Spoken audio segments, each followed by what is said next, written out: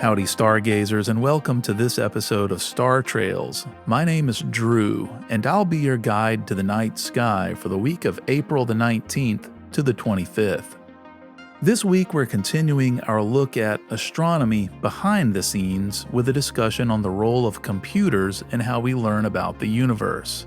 From brass gears and ancient devices to programming, supercomputers, linked radio telescopes, and artificial intelligence, these machines have enabled us to see our reality more clearly. We'll even go retro with a quick foray into Fortran, a programming language that began life on punch cards, but remains deeply embedded in scientific computing even today. Later in the show, we'll take a look at this week's night sky. Whether you're tuning in from the backyard or the balcony, I'm glad you're here. So grab a comfortable spot under the night sky and let's get started. We tend to think of astronomy as something passive. You step outside, you look up, and the universe reveals itself. But that's not really how it works. The sky doesn't label its stars, it doesn't tell you where a planet will be tomorrow, and it doesn't hand you an image of a distant galaxy fully formed.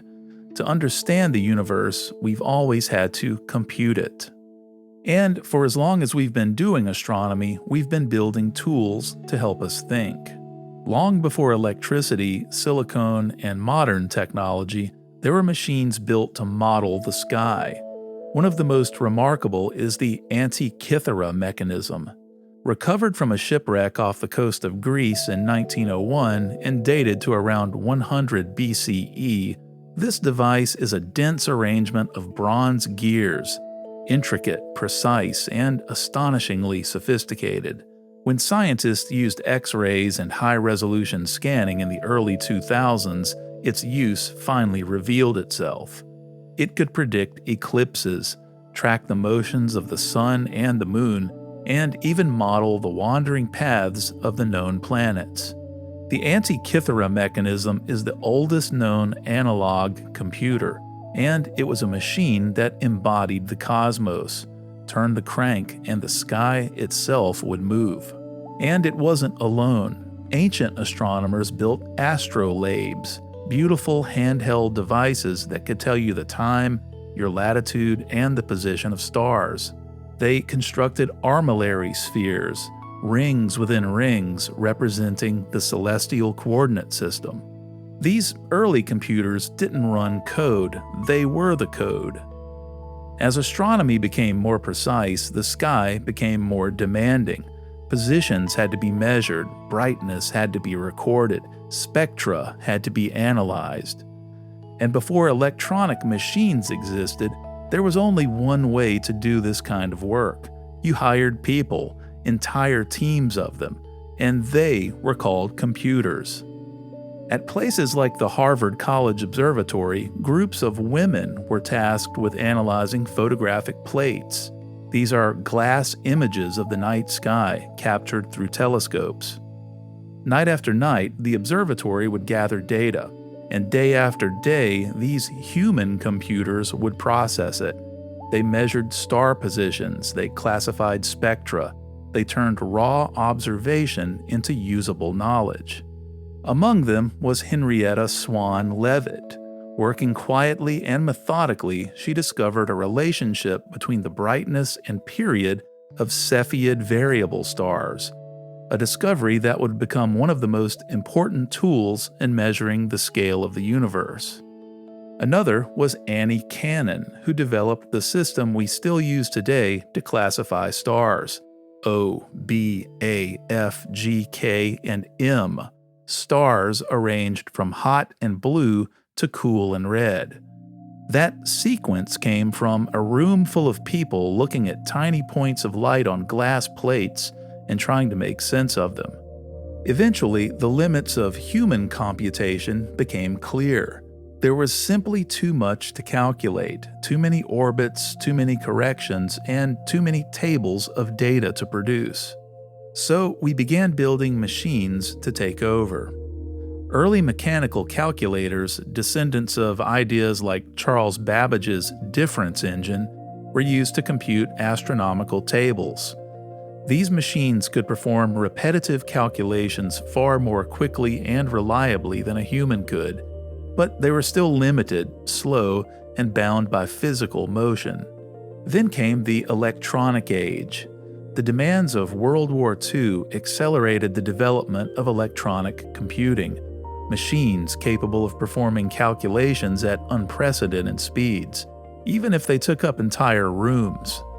Machines like ENIAC come to mind.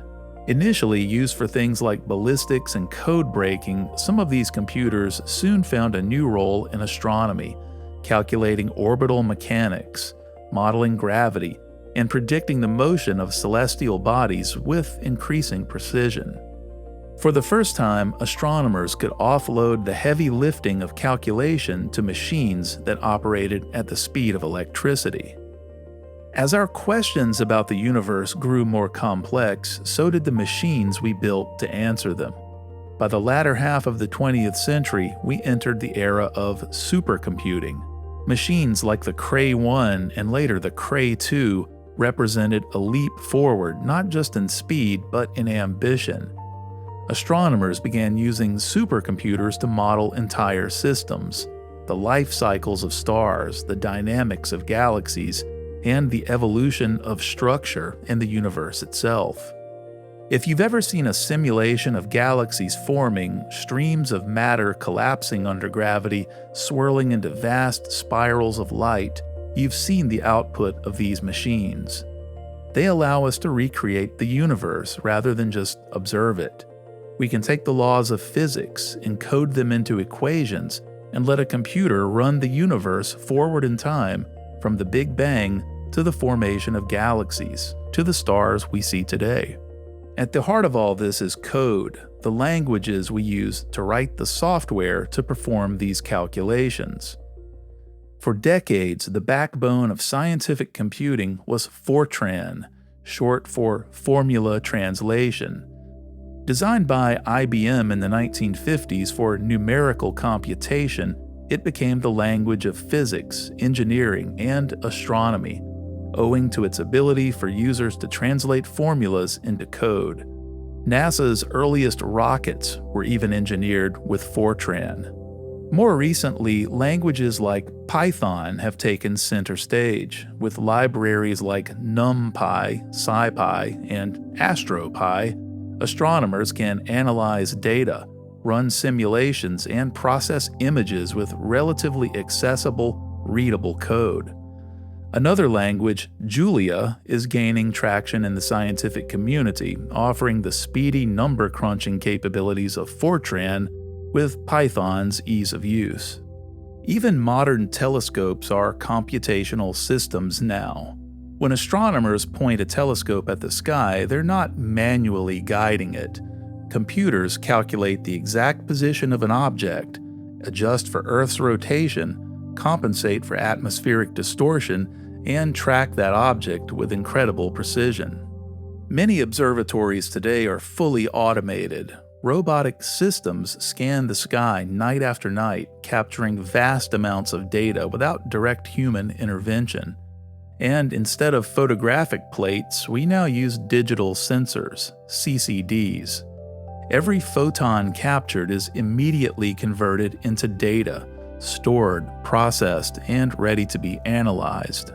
Even amateur astronomers control their scopes with computers, and recent years have ushered in a new generation of so-called smart scopes that can auto-align, track objects, photograph them, and send the results to a smartphone or tablet for integration. Which brings us around to astrophotography. We don't shoot film anymore, of course. Nowadays, images of the cosmos are constructed, often from hours of information digitally captured over hundreds of frames, possibly over different observation nights. We run these images through programs to stack multiple images to build very long exposures, reduce noise, and stretch the tonal range of high-contrast, deep space captures to reveal fine details and color. Astronomers have a term for this process: data reduction. That makes it sound like we're throwing something away, but that's not really what's happening. Data reduction is about taking something overwhelming, noisy, messy, incomplete, and refining it until the underlying signal begins to emerge. Removing distortion, correcting errors, combining fragments, not reducing the data, but focusing it.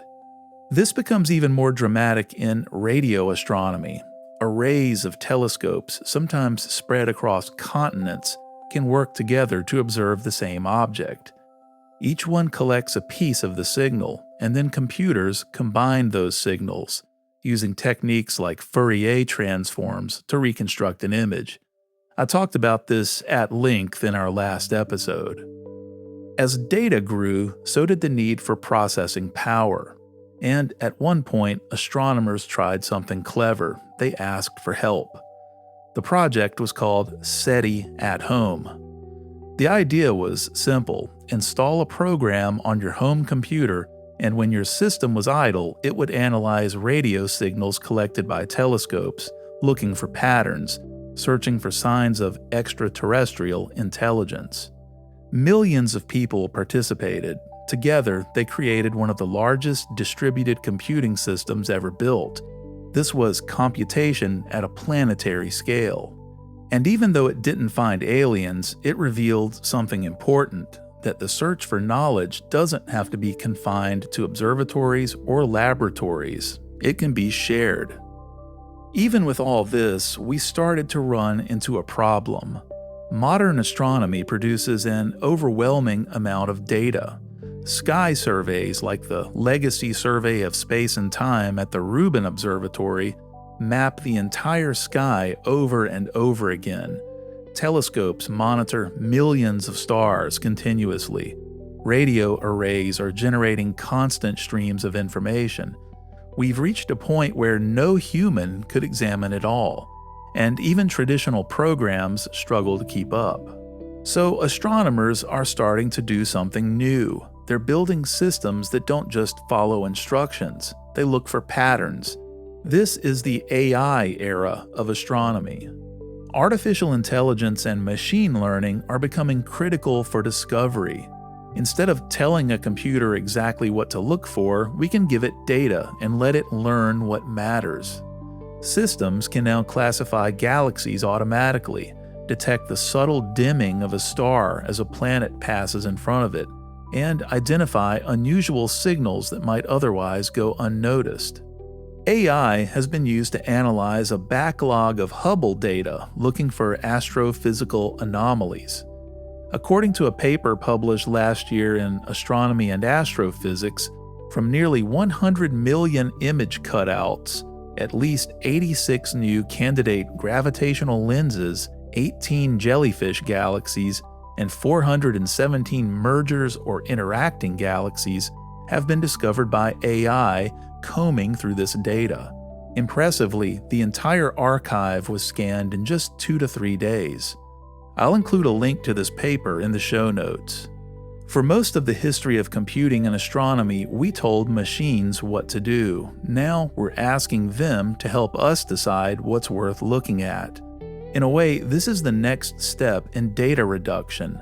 The final step, the interpretation, the meaning, still belongs to us, for now. It's quite a journey when you think about it. We've progressed from armillary spheres to using machines as collaborators for new discoveries. The tools have changed, but the goal hasn't. Astronomy is the study of things unimaginably distant, but the work itself is intensely human, even when we're using computers. Before we move off this topic, I wanted to experience some astronomy computing from days gone by.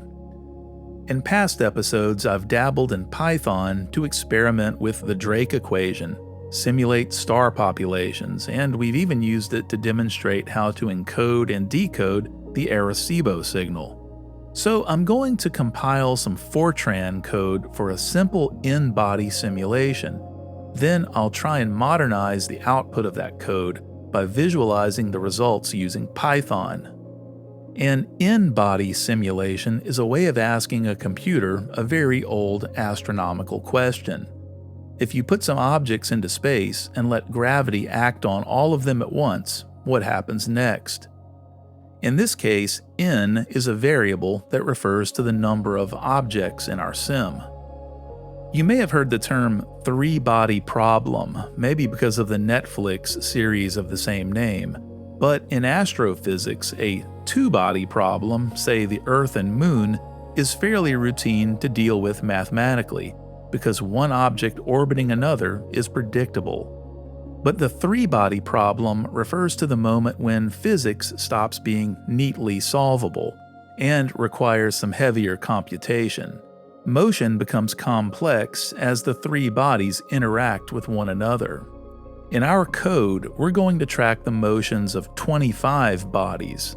We'll spin up a small star cluster and assign each body a mass, position, and velocity. Then Fortran will handle the calculations, letting gravity do what gravity does. Every object pulls on every other one, and the computer keeps track of it all, step by step. The first thing I needed to do was install a Fortran compiler on my Linux machine. In this case, we're using Fortran on Fedora Linux.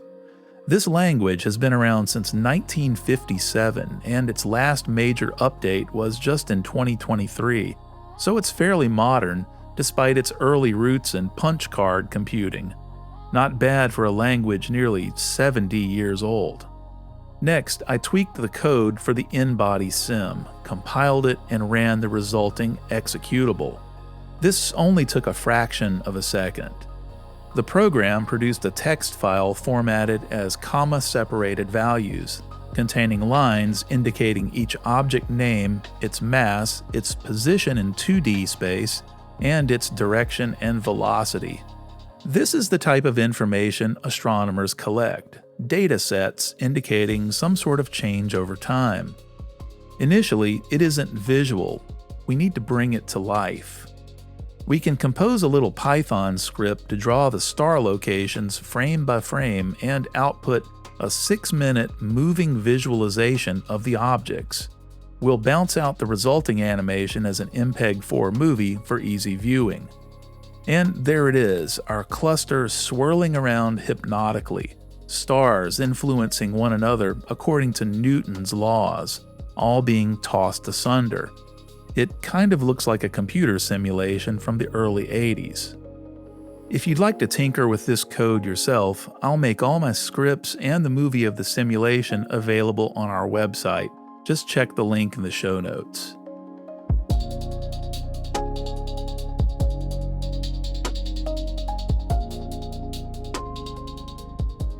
As we step outside this week, the sky greets us in a quiet, reflective mood, still recovering from the darkness of the new moon just a few days prior on April 17th.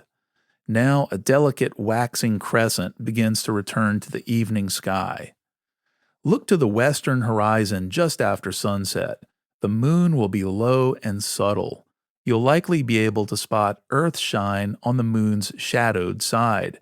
That's sunlight reflected off our own planet and back onto the moon's surface.